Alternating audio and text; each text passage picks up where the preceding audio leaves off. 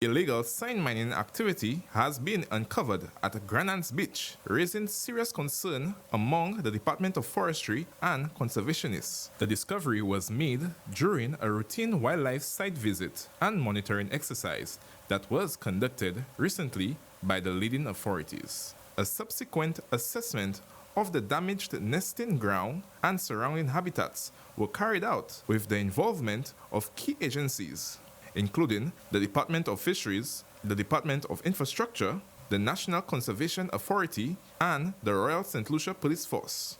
Grande Anse Beach and its adjacent mangrove area are recognized as vital ecological zones, home to a wide array of wildlife. Most notably, the area serves as a critical nesting ground for the endangered St. Lucian iguana and the leatherback sea turtle. Assistant Chief Forestry Officer Pius Haynes expressed that approximately 10 iguana nesting sites were tampered with and mined during the illegal activity.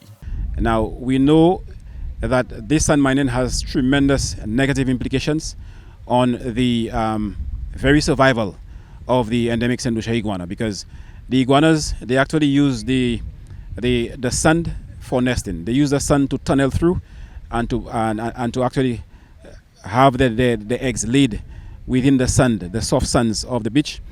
And so every year, the nesting season is from February down to May. So we are actually in the nesting season of the St. Lucia iguana.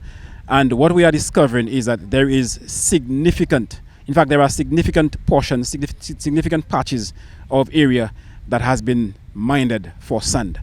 And what we've also seen happening is that the vegetation in terms of the sea grape has been cut back with a chainsaw so that persons could have more access to the sand. Now, in the very act of doing those things, they are actually destroying all of the known iguana nesting sites we have there. So we have 10. All of them have been tampered with. All of them have been destroyed. Deputy Chief Fisheries Officer Thomas Nelson highlighted that Grande Anse Beach is legally protected under the Fisheries Act as a designated marine reserve, and emphasized that sand mining in these areas can have devastating impacts on wildlife, especially species that depend on stable and undisturbed nesting grounds. Grande Anse Beach and mangrove is an important ecological area. It was actually designated a marine reserve, so Grande Anse Beach and mangrove, they are marine reserves under the Fisheries Act.